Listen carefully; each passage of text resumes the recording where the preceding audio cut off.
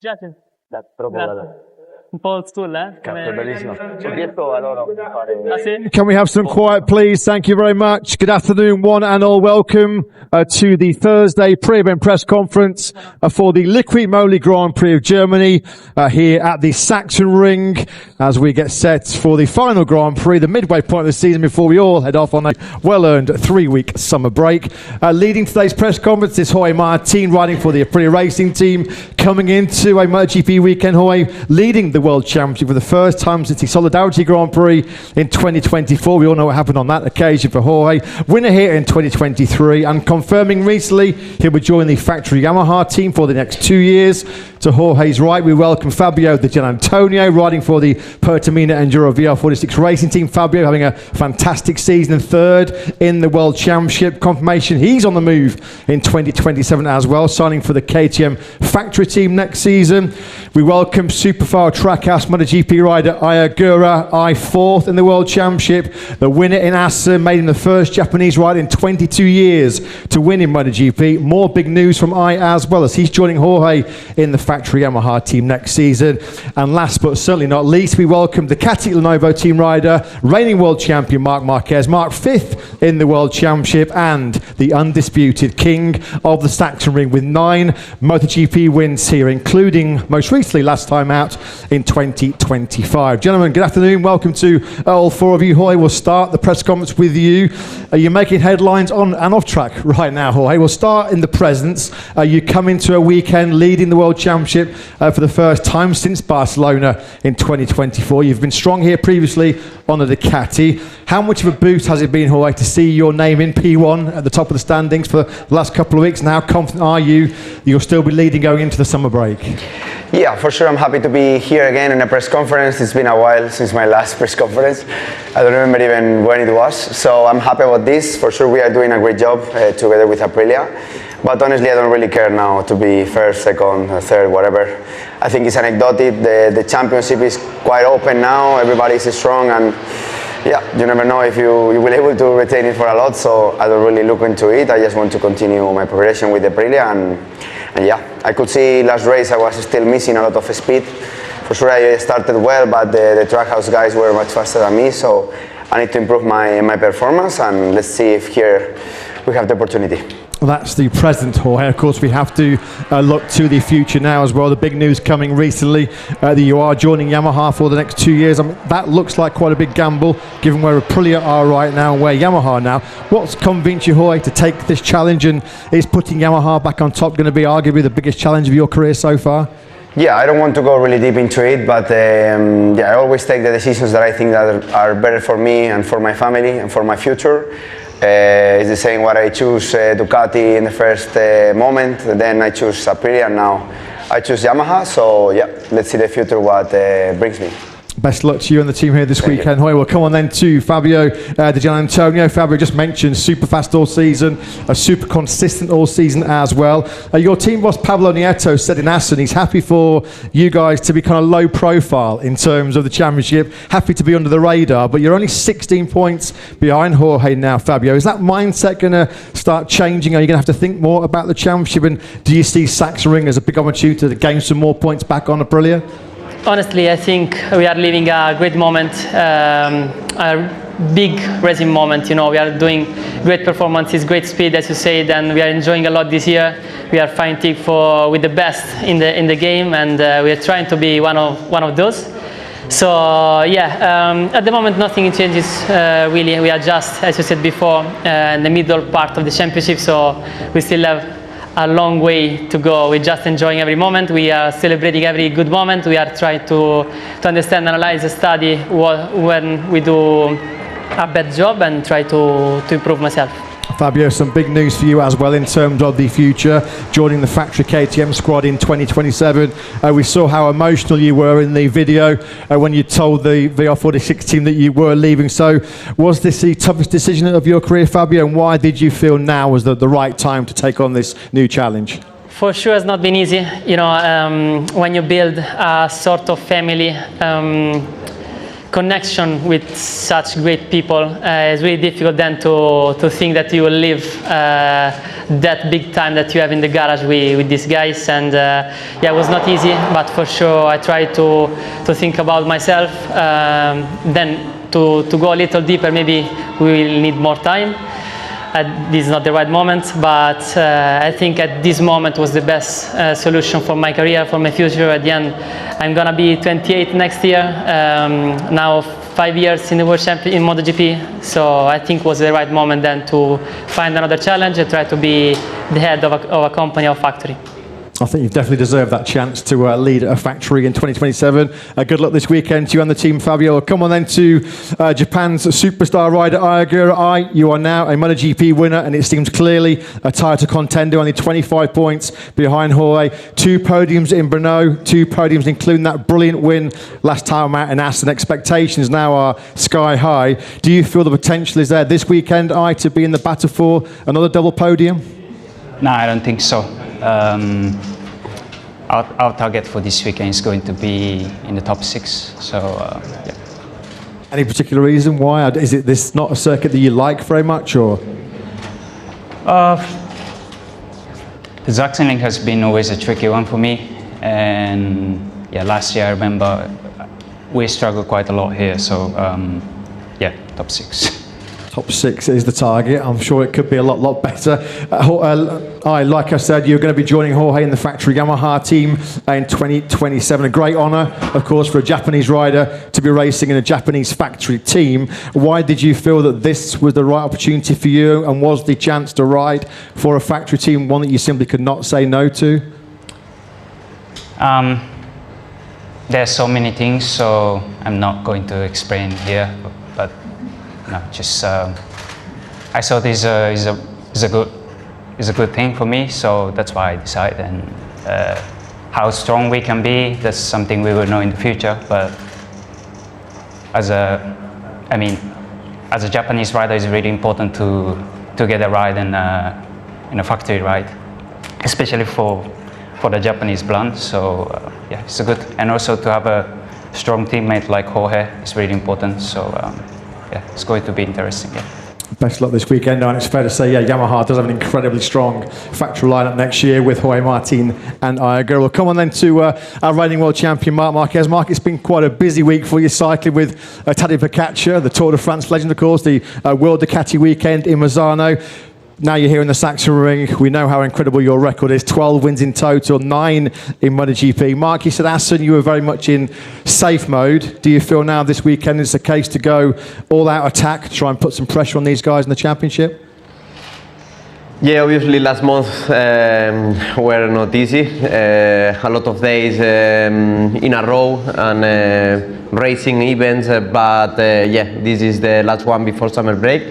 So let's try to do our 100%. It's true that Assen was one mentality. Here is a different mentality. Start from FP1 and try to understand where is the level, but I would like to fight for the podium. Marc, given how strong you are and how much of a clear favourite everybody is saying you are coming into this weekend, it's almost going to be a little bit disappointing if you don't leave here with the maximum 37 points? No, it's true that when you arrive in this kind of circuit, if you achieve, okay, it was his circuit. If you don't achieve, it's a disaster. I'm able to deal with that and try to do our 100%. It's true that are 3-4 riders in front of me, but especially 3 riders that are riding in a very good way and are very fast. That is Martin, Bezzecchi and Di Giannantonio. And I continue with my mentality. I was over 3 races ago. I'm in the game again, so let's see if here we can do a great weekend. Maybe some more aura farming here on Sunday as well, like last year. Marc, thanks very much for the time being. MotoGP Social is coming up shortly with a bit of a World Cup theme, but for the time being, we'll invite questions from the media. Thank you. Here, Borja González for DAZN. A question for Marc. You has just said that you are in the game, of course. You are 5th, 40 points from the first. With your experience, how this championship changes in terms of strategy, knowing that there are so many riders, they are fighting for the championship, and I think that fighting for every podium, every race, every GP. Thank you. Of course, if a championship is open, means that nobody is in a clear advantage. In my opinion, for example, Veceki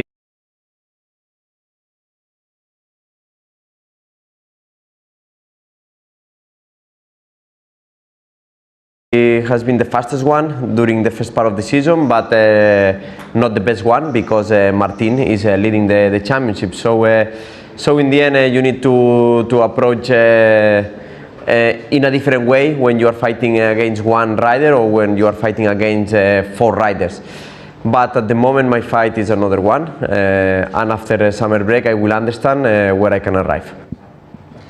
David, Paddock Pass podcast. A question for you again, Mark. I really enjoyed your interview with Chris Northover of the Bike World TV, because he asked you different questions that we as MotoGP journalists don't normally ask. You talked about that what you love more than riding a bike is racing and competing. Now, we know you love winning, but if I offer you to win the next 3 titles in a row, but never win a race again, or never win a title again, but win 5, 6 races every year, what do you choose? Title is title. I mean, victory is a victory, but I choose a title, of course. But will not happen. Don't worry. 3 in a row. I'm not a Superman. I'm okay. I'm good, but not Superman. Yeah, hi, Adam Wheeler. A question for I and also for Mark. I, over here, on your right. How was the reaction back home to the win? Did you have any nice stories of meeting any fans or seeing any press coverage or anything like that? To be honest, nothing different, nothing special in Japan. Yeah. And then, Mark, you've told us many times, you've given us many reasons why you might be so good at this circuit. Any new theories? Is it something as simple as throttle control? As to Diggia, that has the lap record. I don't have the lap record. Give to some tip. I would trade it with the wins that he did. So maybe it's better to continue to ask him. I mean, left corners normally I'm riding better. The first part of the season is true that I was not even good in the left corners, but now I start at least in the left corners feel better and better. So let's see if I can do a good weekend. Mela Chercoles, Diario, AS and Cadena Ser. Another question for Marc, 2 questions. One is about your brother, Alex Marquez. What did you say about the movement from Racing to KTM? And the second one is, who is in this moment your biggest rival? Yourself or other rider? Maybe Martinator. My biggest rival, or what I'm more worried is about my physical condition. The rest I don't care. It's true that they are super fast, but this is my main opponent to continue in the next races in growing my level. And about Alex, super happy that he signed for a factory team. It's true that some people will understand, some people no. It's like, but the people must to understand every move from every rider in his period of his career and what he wanna fight for it. And Alex, last year finished second in the championship, and of course we discussed together our future. I asked his opinion for my future, and he asked my opinion for his future. So I think it's a good opportunity for Alex to keep on growing and to deal with a factory that I want to fight for the top in the future. Let me one more, please, about Joan Mir. Speaking with him, he told us that Alex and Marc are an example for him. Do you think that he can do something similar, like you or your brother? Not only with the moments in winning races or fighting for another title. Of course, Joan Mir is a world champion, so he can do what he won, especially because he's super talented. I train with him with motocross, with flat track, with the CBR. He's super talented, but sometimes depends about personality, depends about everything. I feel like Joamir will do very well because racing is not only ride a bike. Racing is control the moments, control the pressure, and in a satellite team you have much less money but much less pressure. So sometimes is what you need in your moment of your career. Depends. Sometimes you need to move to a factory team because you are ready to do it. But yeah, a satellite team and Gresini team that I know very well, he will find the correct atmosphere to just ride and enjoy it. That is what he wanna do. Gianmaria Rosati, Motosprint Italy here. Question for I. Did you, after your first victory in MotoGP, did you do yourself a gift for like a prize, or did you do something special for celebrate the victory? Nothing. Nothing. I'm sorry, but nothing. No, because I saw that you spoke about visit Imola, the track of Imola, something like this. So it's not happening yet. Okay. So, yeah.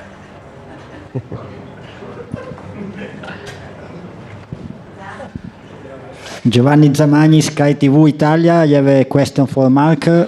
Marc, is it correct to say that Gresini team was the most important team for Marquez family? For Marquez family. Of course, it was a very, very, very important team. It's true that in my career, for me, every team is important. It was important Repsol on the team, was important Gresini, and was important, especially was important, is important Ducati. But it's true that Gresini team was much more important for Alex than for me, because he was out of MotoGP.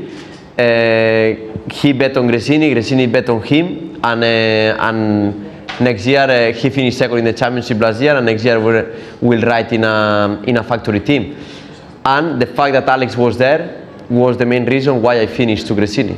So it was much more important for Alex than for me, but for me I found the correct atmosphere with the correct bike, that this I already know, that to grow again and to go out from that nightmare.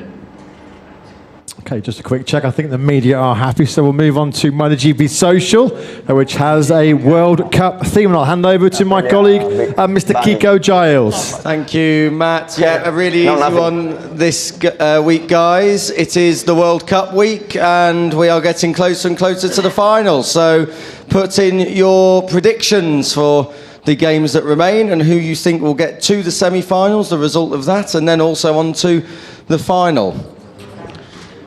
I know for Fabio and for I, it's not exactly super relevant anymore, or it wasn't in the first place for Fabio, but we have two Spaniards there. Jorge is already incorrect with Norway winning late on Saturday evening against England, but we'll allow him that. Yeah, I'm sorry. Are you sure? Yeah, I think so. Bold. I think so, and this is. Mark, what have you gone for? Norway's strong now, It's very strong. See, Mark's got it correct, look. Same. Cosa corretta? Till the final. Ho messo la Norvegia che vince. No, Fabio, there we are, across there, France and Spain for the semi, then France, Argentina. And Ogura, I believe, does not care at all, if you'd like to reveal your board. Ah, you've done it that way. Okay, right, okay. See, is that England? England?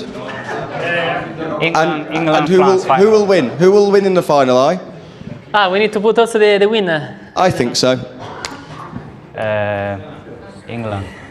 Say louder for those at the back. England, yeah. He's now very popular at Silverstone all of a sudden, isn't he, Ogura? We can confirm from Ogura it is coming home this year. Spain for Jorge, Argentina for Fabio, and Spain for Marc. Let's see if you're right. We'll find out soon. Thank you very much, guys. Guys, if you can sign the boards, that'd be great, and then we'll just get the obligatory photos out of the way, and then you can enjoy, sign it on the front, Fabio. Perfect. Yeah, that's great. Thank you. And then we'll do the very quick photos with you guys, and then you can get on with your weekend here at the Sachsenring. Hi, did you sign the board? Did you sign it yet? We'll do the first photo with the boards, guys. Let's do it with the boards first. That'd be great. Thank you very much.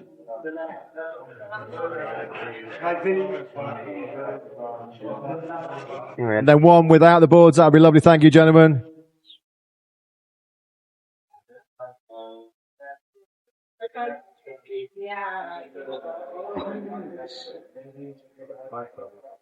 Perfecto. Muy bien. Perdón, culpa mía.